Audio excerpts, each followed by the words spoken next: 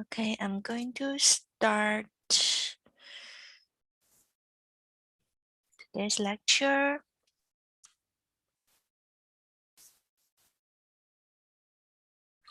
Okay, so today we're going to discuss about the chapter 18, and title is Optogenetic Imaging of Protein Activity using two-photon fluorescent lifetime imaging microscopy. So generally, we're going to review the threads and introduce a film, two-photon film. That's a two-photon fluorescent lifetime imaging microscopy. And we are going to present two cases that applied these techniques. But actually, I'm thinking that this chapter is majorly talking about what's the disadvantage of some aspects that were associated with the threats. So first, we give a introduction about the FRET. FRET, F-R-E-T, is the most widely used method to use CFP as an energy donor and YFP as an energy acceptor, and takes fluorescent intensity ratio of YP and the CFP. So it's a ratio matrix image. So both the CFP and the YP, it produce both CFP like a CFP, it produces some energy, and if less threads, then CFP will be very close to YFP, and the energy of the CFP were transferred to YFP, and the YFP will give another energy. So we can get this level 1, energy 2. So the traditional method is to see the ratio. That's the ratio is to see like how much like the YFP, then give to the total energy. But there's several aspects that were very critical for a correct to use the threads to give a solid data. So first, the CFP, YFP. So the problem with the CFP and YFP is that the CFP and the YFP will have a lot of energy overlap. That means the energy that emit from the CFP that have an overlap with the YP, like the energy that the CFP was given, like for example, this is the wavelength.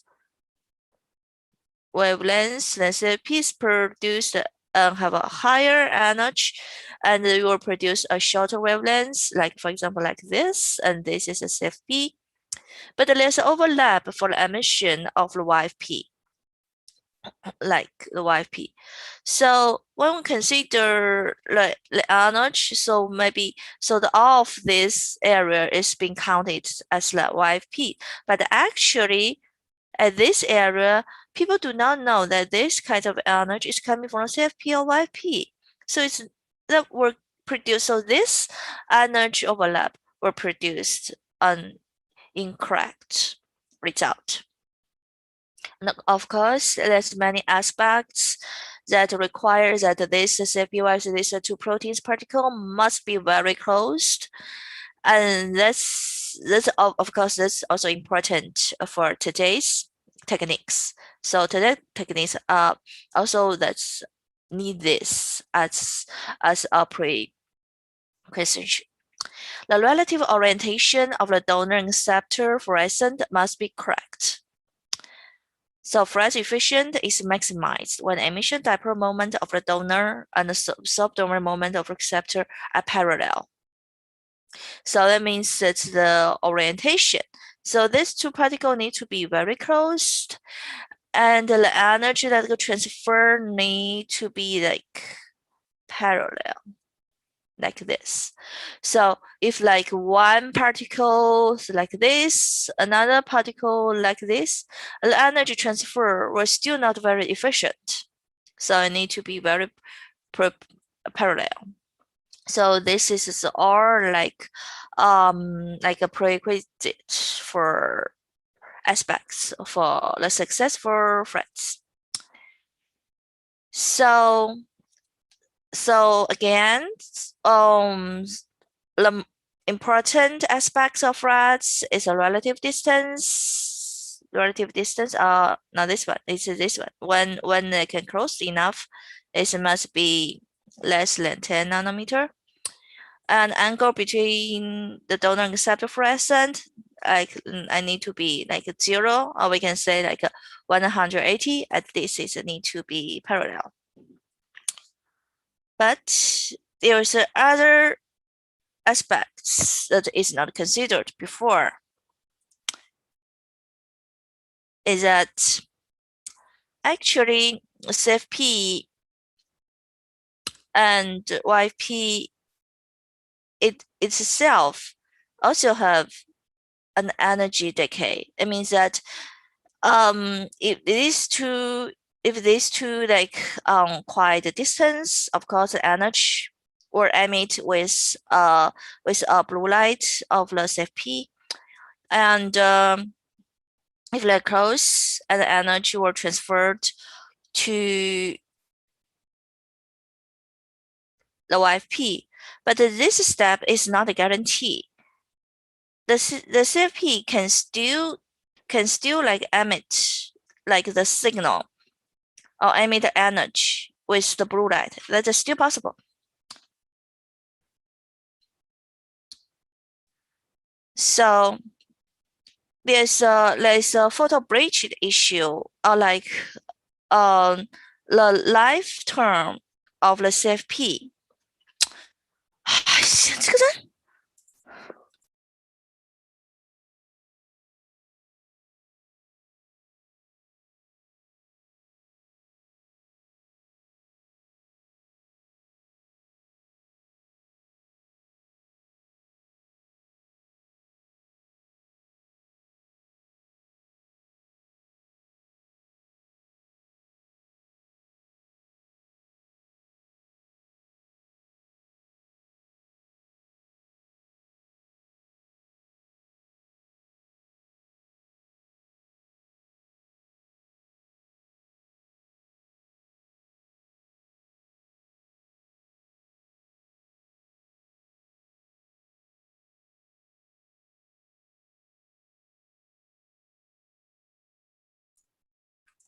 Sorry, there's something interrupt. On my back, this image because this is all from a Japanese comic. Because these days, I think it's yesterday or the day before yesterday, Olympic is held in Tokyo.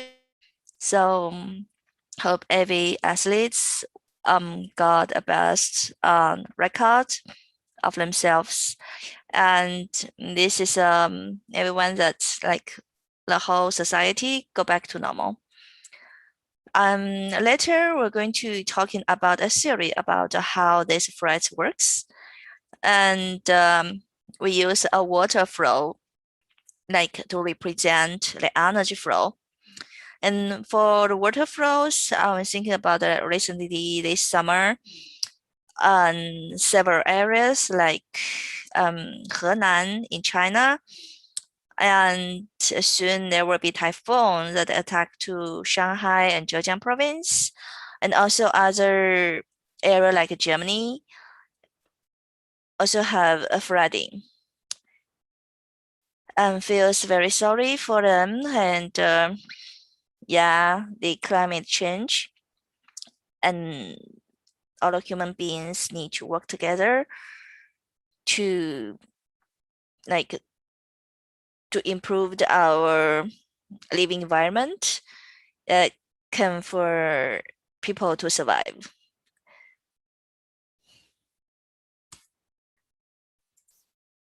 Okay, let's coming back.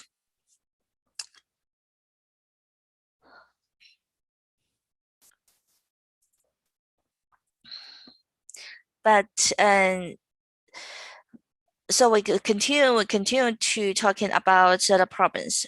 So since there's energy overlap and there's a photo bleach, so this chapter, the authors are not going to use the ratio of the YP to the total energy. So the ratio they were using only focused on the donor energy, only change the donor energy change, like like whatever is binding or not binding, it sees the whole area like 1 pixel and 1 pixel area. Like probably there may be there's several like fluorescent proteins, several YP of fluorescent proteins that emit light. That's for as an energy donor. Then to change to see that and how this energy can preserve or maintain the lifetimes. So in this lecture, so they're not to take look at the energy that been captured by the acceptor. They only focus the change at the donor. So they're using the film. That's a fluorescent lifetime imaging microscopy and measure fluorescent lifetime instead of the intensity. So it's like how long that it maintained, because we know that the GFE, of course, it capture a photon, get some energy, then it provide the light. But this is like the fireflies in our backyard, in the garden, in the summer night. We know that they cannot like continuously light up. So after the energy is being released, then it will go to dark. Then fireflies will go back to like, so we can see that the light is like a blinking, right? As a unique advantage when compared to radiometric image, such as intensity to photo bridge and quantitative measurement. So with their method and the device setup, they consider that it has an advantage to more accurate calculate the change. For the fluorescent lifetime, excuse me, is determined by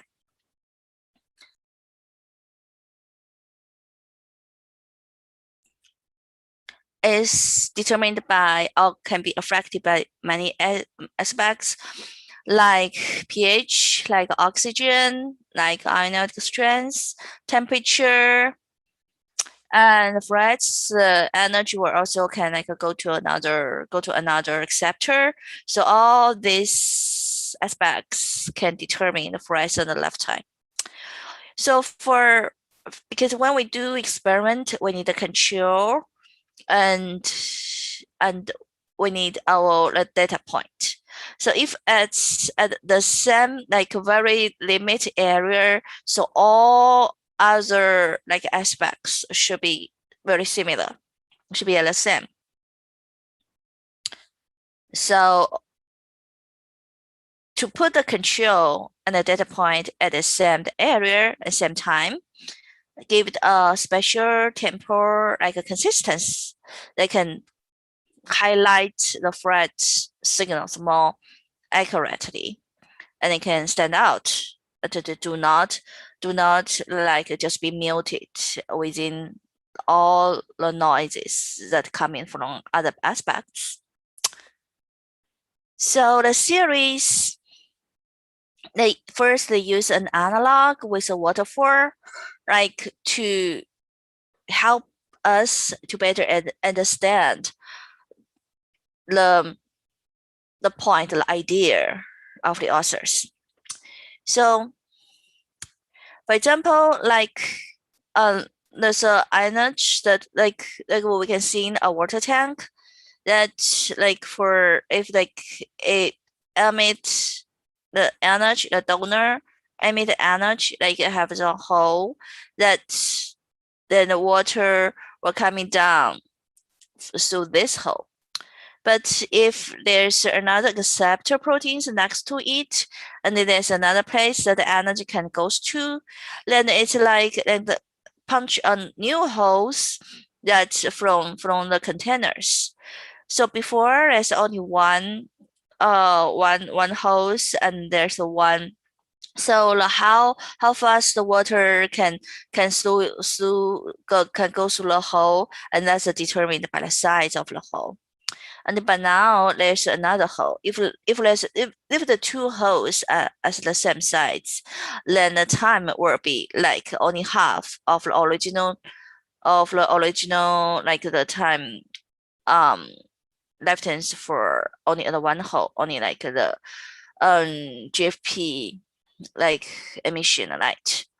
So this is using a waterfall like as an analog. So I'm also thinking about other analog for the waterfall. So like when a firework is being triggered, like that way been turning on, then of course the energy will use like on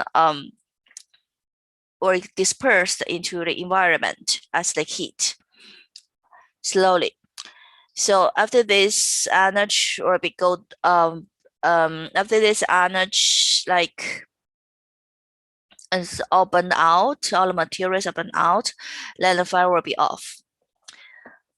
The frets is like put another like ice cube that's next to the firework.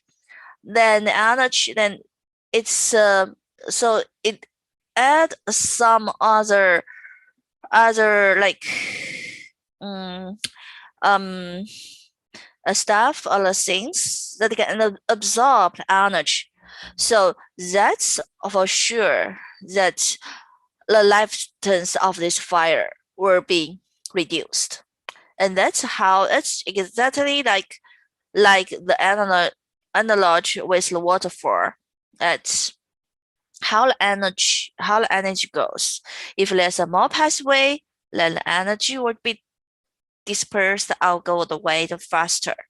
So many different pathways. And these two, of course, these two are independent. So the GFP of course is itself will emit the photon as a way to disperse its energy, let it to return to a resting state. But another proteins, if it's so next to it, and it's like a very cooling, and the energy go to there. So there's still possible that the energies, the photons will go through, like it's automatically the it is still possible that the GFP lost its fluorescent light with the original way. So with both the pathway and the lifetime of the GFP fluorescent will be reduced. Of course, for each particles, you will choose either this way or that way. But we will never let's focus on a single molecules. So actually, we're looking at a population of the GPs. So that's a statistic data that some GFPs that give a traditional way give the green photon, and other goes to the frets. But if there's this phenomenon of a fret happens, and the overall lifetimes of the GFPs will be reduced. Let's go back to the resting state. So here they're using another pair that's is not using the CFP and the YFP. It's using the GFP and the YFP best have also some of the mutation, point mutation, and generate this ridge. So this pair to combine with to have a frets component. So this is a frets system with a ridge. And so in this technique, so using 2-photon film, the frets that near infrared pulse laser, and the 2 photons. So there's a laser pulse that's a separate. So one photon is the from original signal, and another photon is from that emit from the donor at the GFP. So to take this as a the point, so to calculate the fluorescent lifetime of the GFP signals. So for every photograph, so there's an XY 2D diagram. So each pixels and calculate the lifetime of the GFP. So it doesn't count or analyze how the fluorescence is strong or it's weak, and it's focused on the time, not the intensity of the GFP. So we can see here, compare these 2 points. So they have a different, they do have the GFP intensity.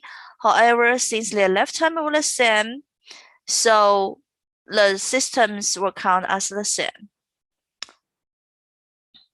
Compared to list 2, they have the same GFP intensity. However, the lifetimes were different. So here is coding different. So again, accounting lifetime of the GFP signals.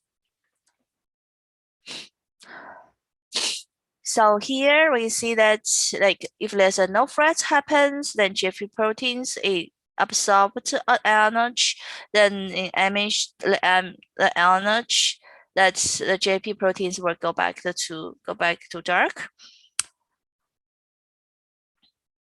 And the lines will be like this, very linear.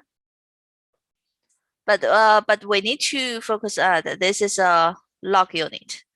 So it is still like with this component, it is still like this, but if with a log, it becomes linear.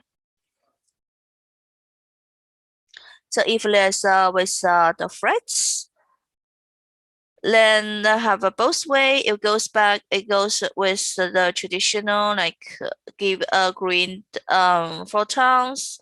Also, the energy can also be transferred to the IFP, and then emissions with a red. Then also another IFP will go back to dark. Because this have 2 ways, because they have only have this way or have this way. So the donor to Fred with the lifetime is decreased faster.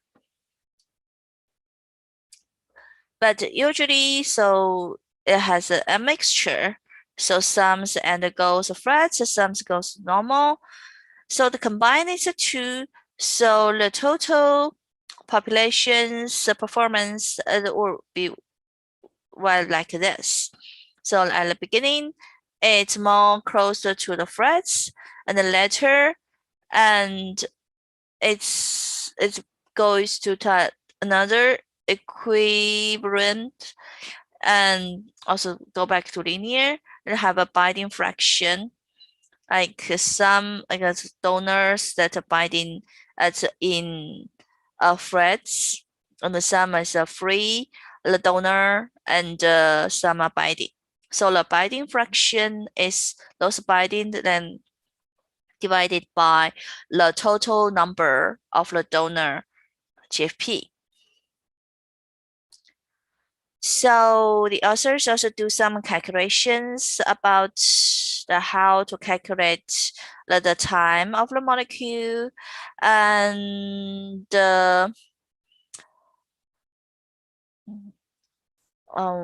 weight. So the simplified equation of this equation that represent these lines like this.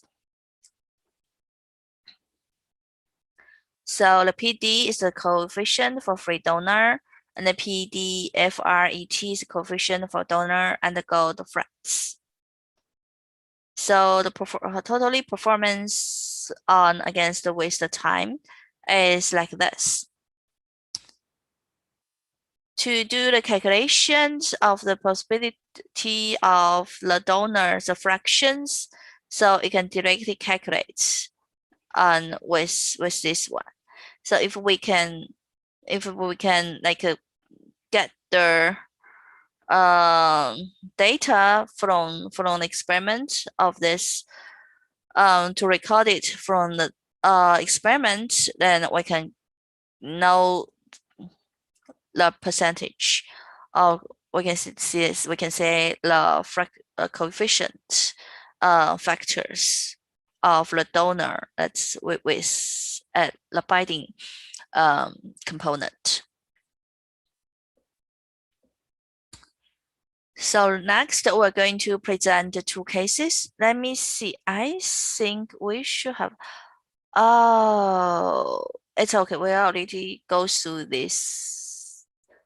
So Jenny said that it's not focused on the intensity change, energy change, but to calculate that how this energy works both ways. It's because it's a single photon activation for the GFP. So when they provide the energy, it's very accurate and very short. It's a pulse activation. It's not like a long-term sustained stimulation. So here is like give that one signal so to see to get a data. Then that's how to get the data of the lifetime under the activation of a pulse stimulation. So here we're going to talking about the two cases. The first one is the actin performance at the synaptic spines. Actin is very important. It has several functions involved in cell migration, cell division, cell shape maintenance, and it has two. We cannot say that it's subtype because it's a polymerized like a condition that's the F actin, and the monomer is the globule actin. It's like this. The G actins is like a monomer of single, but if they combine together, formed with a line that looks like a fiber, and that's the alpha actin. Alpha actins, that's this ATP bound. So after ATP bound, then the actins will be let me see. So after binding ATP, okay, that the conditions will go to polymerization. That after the ATP is being hydrolyzed to ADP, then the systems will go to the depolymerization. So for ATP bonding to an actin monomer, and if there's more ATP and it's binding with the ATP, then it will go back to an ATP binding the monomer and prefer like to form polymerized. There's also a lot of actin that within the dendritic spine, and both it present in both the dendrite and both the spine. After the MPA receptors and MDA receptors opening, for example, there's There's the ligand, the glutamate acid ligand that open these two receptors. Then the calcium influx. Then the spines is activate, and the threads, then the F-actins will start to form a polymerized, and the threads were happening. So the total lifetimes of the GAP will be reduced. Now let's take a look at the result. So for the green fluorescent, and we can see that they both GFP present in the spine and also in the dendrite, but the performance were different. With another method to take a look at this piece of the dendrite. With the film image, we can see that there's a difference between the spine and the dendrite. The overall, the dendrite seems more blue, so that means that the fluorescent lifetime is longer in the dendrite rather than the spine. And the spine, the fluorescent is more shorter, so that means that the threads were happened at the spines. The thread happens, that means the polymerize of the actins were happening at the threads, at the spines. Comparing to the dendrite, so this means that when the neuron cells were being activated, there's a more polymerized was happening at the spine rather than the dendrite piece. Then with these molecules actually its structures is very similar with the ATP and can stabilize and promote actin polymerization. We can see that as enhance the polymerization and at the spines, and the total lifetimes is even shorter. So with stabilize the drug, then the binding fraction is higher, like at the 40%. So we can see still here that although we give a lot of give the drugs, that binding fractions can increase 10%, but there's still like 60% of the GFP that is not undergo like the threats. So of course that probably that's because that it just do not form the binding. It's located for example like it's still some GFP proteins are located at the spine, although it's very weak. The majority will go to the spines. But we can see that there's still the binding fractions is 60%. So here, so we can see that there's a monomer, or maybe the signal is not being captured, so the JP is still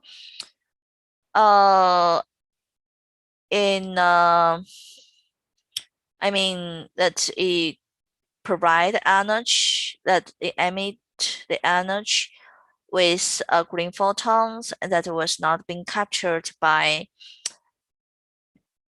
like an acceptor. Okay, so this is from another resource that shows that these drugs it's quite similar with the ATP, so it can stabilize the polymerase of the actins. So another case in this lecture is about CDC42 proteins functions at the astrocyte. Astrocyte is most abundant glial cells and play essential roles in structure maintenance, metabolism, and synapse function. And there's a lot of cytoskeletons, proteins that in the astrocyte. And the astrocyte, it has a sensor for ATP. For ATP, there's two kinds of different receptor, P2X and the P2Y. P2X is an cation channels that can cause the calcium influx, and P2Y receptors is kind of like a G protein coupled receptor, and it will produce the PLC and activate AC.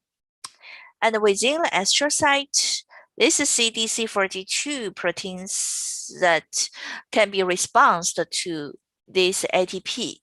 CDC42 is a GTPase, and it's involved in the actin formations or the cytoskeleton, like the change the formations, conformation change. And so here in these studies, they link the CDC42 with them Ruby, and this as a donor, and the acceptor is the M cherry. So after binding together, then the M rubies energy will undergo the frets and it goes to the M cherry. And the way to mention that, so on these signals are red. This is ruby, we know that it's a red. So for the calcium, so that helps that at the same time we can also examine the signals of the calcium. That's the calcium chemical sensor GGGGO, and that's like that's a calcium probe.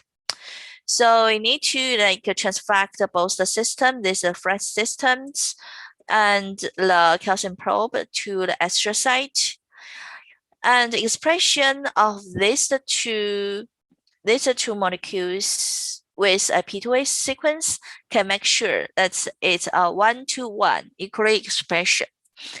Oh, okay. So before we also need to, there's another aspect I forgot to mention that for the frets, the best result is for this donor or acceptor that's on the same linked to the same proteins. So like after conformation change, these two parts close together, but it's a 1-to-1 ratio. If there's like the two proteins and the two different expression systems, that makes this experiment more hard to interpret. Is that because if, for example, if there's a binding happening, but if there's a two less, then if the receptor is a two less, so there's a more possibility that there's a binding event can happen, but there's no acceptor, right? If it is too much, it's also, so that's it's an artifact, since that the signal will be reduced like by a human error. So a 1-to-1 ratio is the best that can give more quantification results. So as for, as I say, the CD42 is a raw family, a GTPase, and important role played in actin polymerides and depolymerides, and involved in like a morphology change of the cell, and plays a role in the cell migration, and that is CDC42. Now let's take a look at the result. So about 30 minutes, half a minute, with the ATP and signal stimulation, there's a calcium influxed into the cells. But after 1 minute, the calcium signal is almost gone. And after the ATP signals and this M-Ruby fluorescent it's light up, but it's not very, but it's, sorry, the intensity is increased and it sustains and higher than the like the without the ATP provided. And we can see here that the calcium after providing the ATP, the calcium influx and then go back to zero. But the activation of the CDC42 is continuously that at least can prolong like 20 minutes. So it's a longer time signals. However, CDC42's activation is required calcium. So if we remove the extracellular calcium with the peptide, so outside there's no calcium.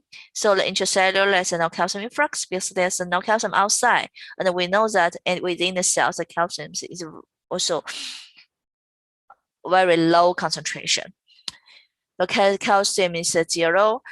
So the activations, but we can see that at the beginning of providing the ATP, the signals of CDC is still goes into high. So means that the activation of the CDC is like ATP dependent, but it's not calcium dependent. But the maintenance of the signal is calcium dependent. So the trigger is not calcium dependent. Yeah, so the conclusion of this experiment is that the calcium transient is required for sustained CDC42 activation, but not for the transient activation. So overall, in this chapter, the authors described another new ways to analyze the Fred signals using the light. Using the time rather than the ratio change of the fluorescent intensity. I think that's a pretty good because I think the fluorescent intensity have more aspects that can be affected, but the life factors is like on and off.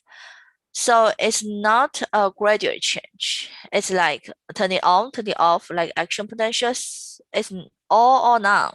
So that's the lifetime's meaning. Okay, lifetime meaning that if you're alive, if you're dead, that's a huge difference. But if during the life you're happier, you're unhappier, that's a high complicated. That's even more complicated to like we can analyze or present, like or we can to say how to judge what kind of this life.